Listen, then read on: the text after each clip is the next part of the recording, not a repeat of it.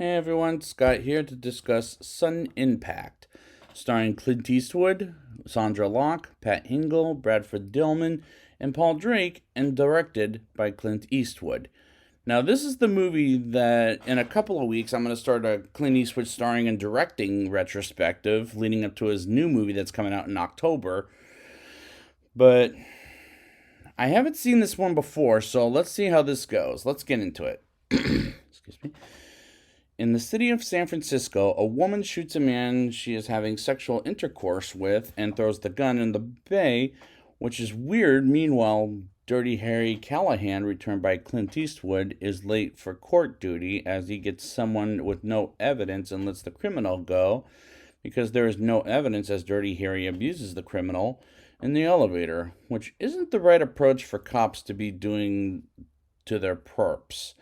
As Dirty Harry gets coffee with lots of sugar, as the robbery goes on in the coffee shop, and he figures something is wrong, and goes back in and stops some robbers as he shoots them off, and they're African Americans. And again with the racism. Come on. As one robber has a hostage, and Dirty Harry points the gun at him with a hostage, and says another classic line from the series, "Go ahead, make my day," which is the best line in this whole movie, as it's acted very well by Eastwood himself. But the racism has got to stop. Throughout the movie, as painfully bad as this, they should have stopped at Magnum Force at this point. After Magnum Force at this point. Dirty Harry goes to a mobster's daughter's wedding and gives him some bad news about the mobbing days and how much they're over, and gives him a heart attack. And the camera work is terrible as they get close-ups to Eastwood rather too closely. And we meet Jennifer Spencer, played by Sandra Locke, coming to the art gallery and quitting her job, as in real life, she and Eastwood had a thing eventually, and this movie ended it while the movie was being filmed, and it shows they hate each other when we get to their scenes later in the movie. Dirty Harry gets suspended by the district attorney as he asks him to take a vacation, and I'm being pained, but not as pained as I am led to believe that the next one is. Beyond the worst. But we'll see, as I'm 25 minutes into this almost 2-hour movie, and I'm in for a bumpy ride. Meanwhile, Jennifer visits her sister Elizabeth at a hospital in a town that I'm not too familiar with. I forget the name of it, but in that scene was absolutely fucking painful, as Dirty Harry almost gets killed by a car, and they have a shootout, which doesn't thrill me at all, as Dirty Harry shoots them bastards and makes it out alive, and again, doesn't thrill me at all. A friend of Dirty Harry sends him to the town outside San Francisco, as Dirty Harry refuses, which is where Jennifer is at, as she gets a place at the fair, which does look like a nice town, but it's not shot very well in my opinion, as Dirty Harry works better in the 1970s than the 80s, which is a real problem for this and the next movie to begin with. And Jennifer has a flashback of how her sister got raped, which is so fucking bad.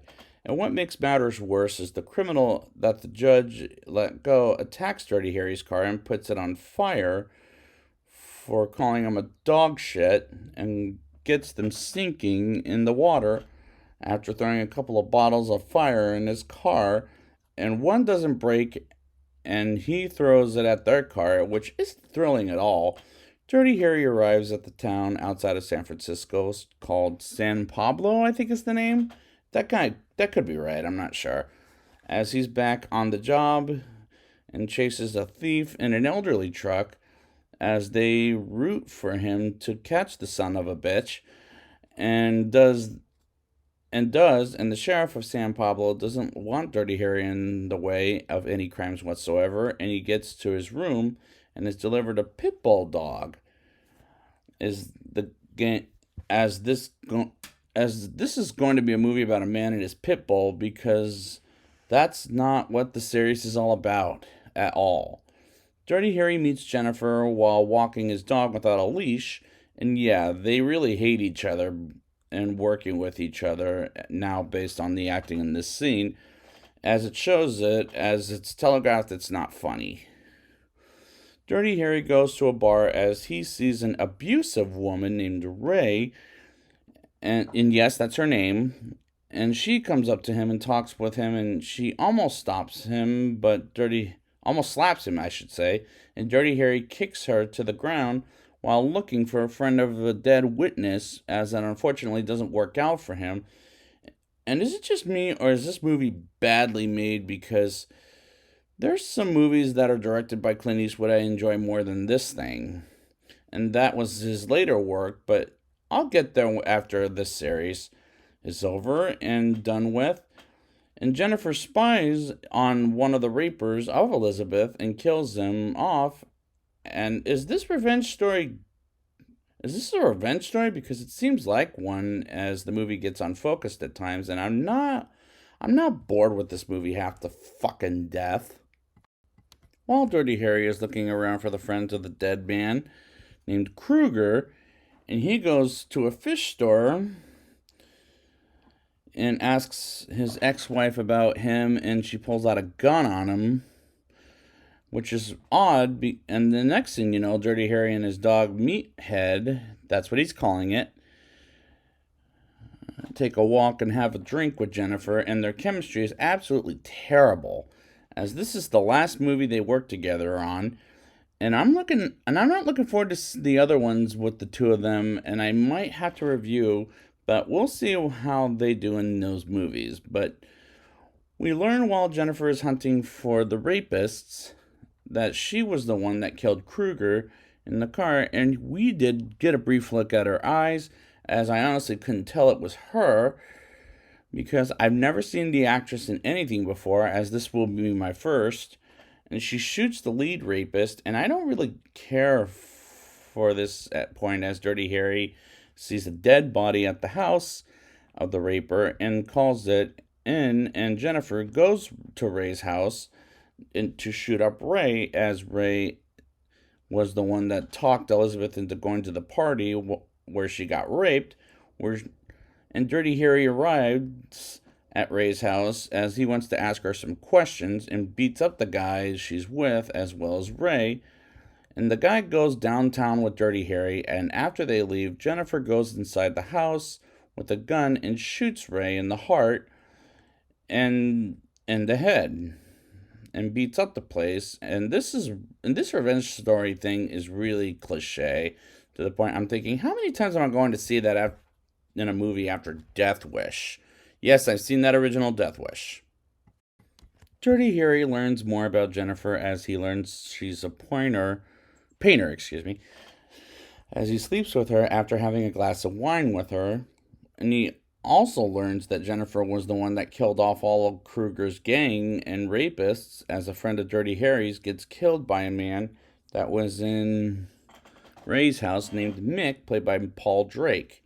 And as Dirty Harry goes to Kruger's ex-wife again, and she doesn't want to talk to him, and gets attacked by Mick and beats the shit out of him and throws him in the bay, as like in the first one, but done much worse. I can't see a goddamn thing on screen. Once again, Jennifer goes to a house and points a gun at someone that was expecting her, as he couldn't take the pain anymore.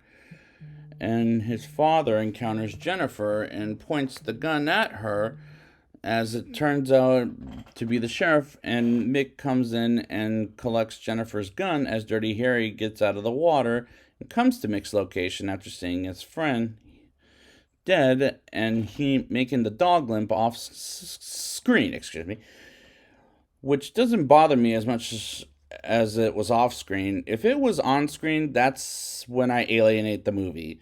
But hurting and killing the dog off screen, but doesn't bother me as much. Jennifer kicks Mick in the nuts as the other men grab her and go after her, and grab her and takes her to a place to get raped like her sister, and she hits him with a leg and runs away again. and leads the bad guys to the Ferris wheel she bought earlier in the film as Mick tries to get her, but she's clever at hiding while they try to find her. And they do eventually find her and beat her a little bit as Dirty Harry arrives to the rescue and shoots the assistants up, and Mick is the only one left as he runs with her on a roller coaster, and he finds him and shoots the bastard up, and Dirty Harry lets her go after the cops find her gun, and the climax was just terrible. Now it's time for the rating. I'll give this movie a 3.1 out of 10. This movie is absolutely painful to sit through as the acting is bad and the chemistry between Clint Eastwood and Sandra Locke is just terrible. I've seen this revenge plot in how many movies after the original Death Wish, which I have seen? It's really getting cliche to the point I've had enough of the revenge movies at this point. The camera work is terrible, as well as Clint Eastwood has done better with the camera than in this movie, which I'll get to after the next movie. So I'd like to thank you guys for joining me, and next time we'll be back with the Deadpool, not the Marvel character with Ryan Reynolds, but the Deadpool that's the last of the Dirty Harry series. And until next time, go ahead, make my day.